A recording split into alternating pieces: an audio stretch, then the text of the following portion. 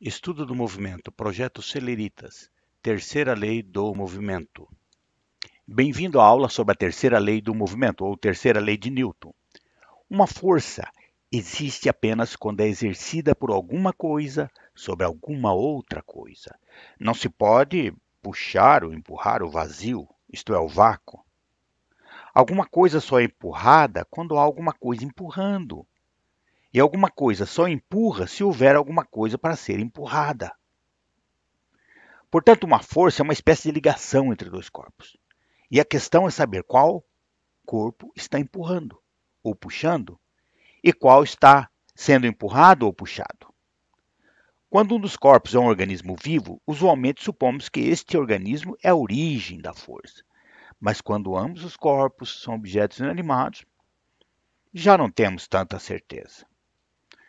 Considere, por exemplo, dois discos colocados em lados opostos de um plano horizontal, liso e lubrificado, como este da figura aqui. Se os discos forem simultaneamente empurrados um contra o outro, eles vão se chocar.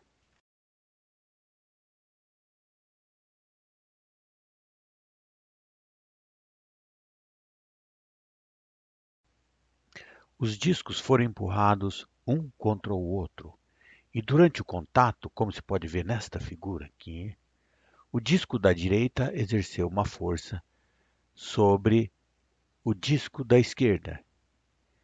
E, por sua vez, o disco da esquerda exerceu uma força sobre o disco da direita. Pois, após o contato, os discos inverteram o sentido do movimento. Observe que inicialmente eles se movimentavam. O disco da direita se movimentava da direita para a esquerda e o disco da esquerda se movimentava da esquerda para a direita. E, após o contato, eles inverteram o sentido do movimento. Isto significa que um disco exerceu uma força sobre o outro. Apareceu este par de forças aqui. Pois, de acordo com a primeira lei, para mudar o estado de movimento, no caso aqui inverter o sentido do movimento, é necessário a existência de forças. Mesmo quando não há contato, se um corpo de massa 1, por exemplo, M1, por exemplo, exerce uma força sobre um corpo de massa M2, o corpo de massa M2 também exerce uma força sobre o corpo de massa M1. Em todas as situações, não só nos dois exemplos mostrados aqui, quando um corpo exerce uma força sobre o outro, parece haver duas forças de mesma intensidade em sentidos opostos. Esta ideia é a terceira lei do movimento, cujo enunciado mais conhecido é o que eu estou apresentando aqui na tela. Para toda ação, há uma reação oposta de igual intensidade. Por este motivo, a terceira lei do movimento, a terceira lei de Newton, também é conhecida como lei da ação e reação. Infelizmente, este enunciado não é o mais adequado para a terceira lei, pois os termos ação e reação estão associados a organismos vivos. Por exemplo, quando uma pessoa empurra outra pessoa, ação. Esta reage empurrando a primeira. Ou quando uma pessoa empurra um objeto inanimado, este responde automaticamente. Seria a reação.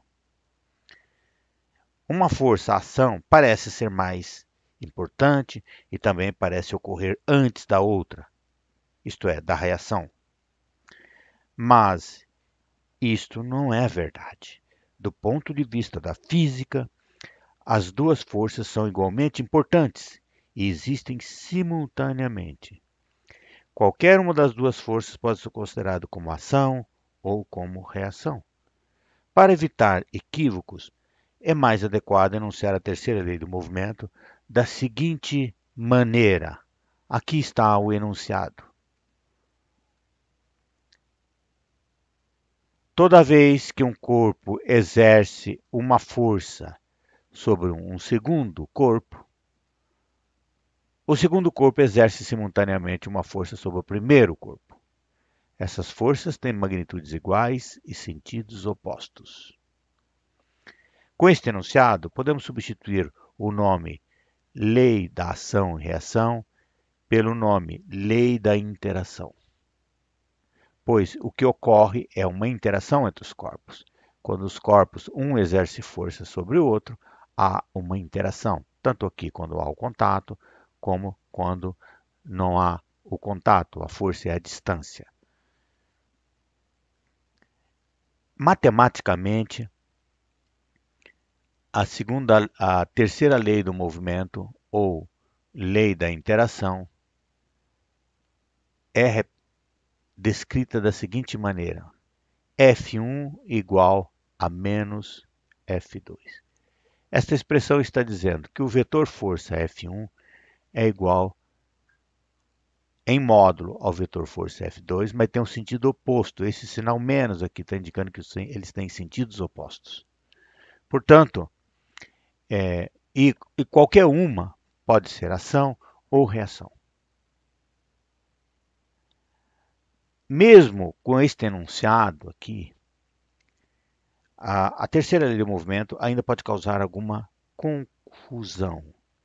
E esta confusão ela é evidenciada com a seguinte pergunta: se toda força sempre envolve uma outra força de mesma intensidade, sentido oposto, por que as duas forças não se cancelam em uma adição vetorial, deixando uma resultante nula?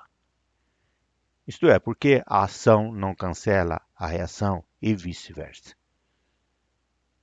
Bem, se fosse assim, se isto ocorresse, então a aceleração seria impossível e a segunda lei do movimento não teria significado. Lembre-se que a segunda lei do movimento relaciona a força e a aceleração. Na realidade, a resposta é que duas forças com a mesma intensidade e sentidos opostos, só se cancelam em uma adição quando são exercidas sobre o mesmo corpo. O mesmo corpo é a palavra-chave.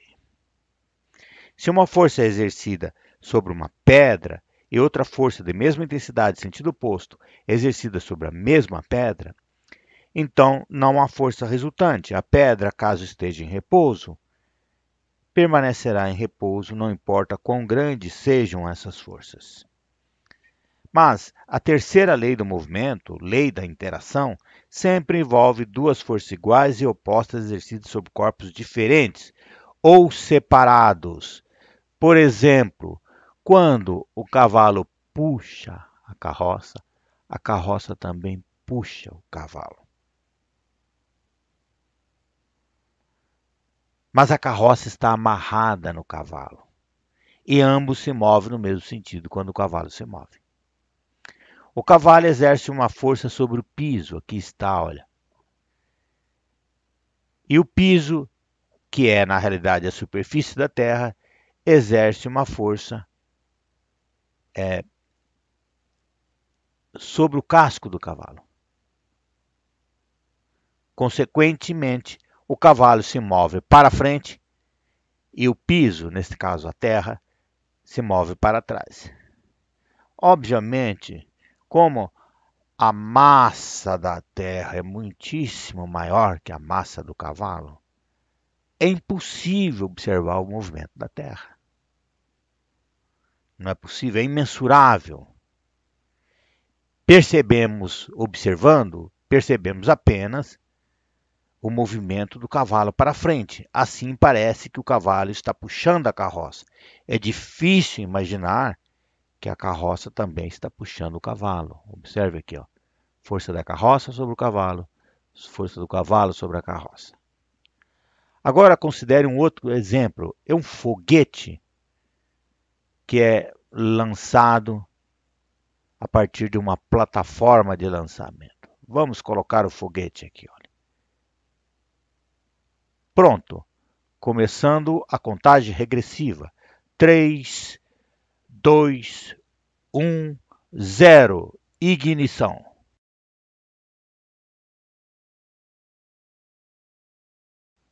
Após a ignição, os gases formados durante a queima do combustível de um foguete se expandem e exercem uma força sobre as paredes internas do foguete,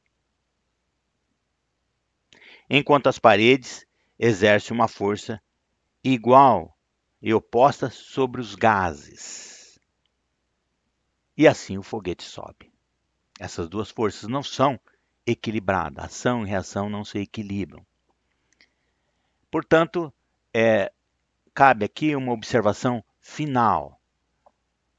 Cada foguete que sobe é uma evidência da validade da terceira lei de Newton para o movimento, ou lei da interação, ou simplesmente terceira lei do movimento.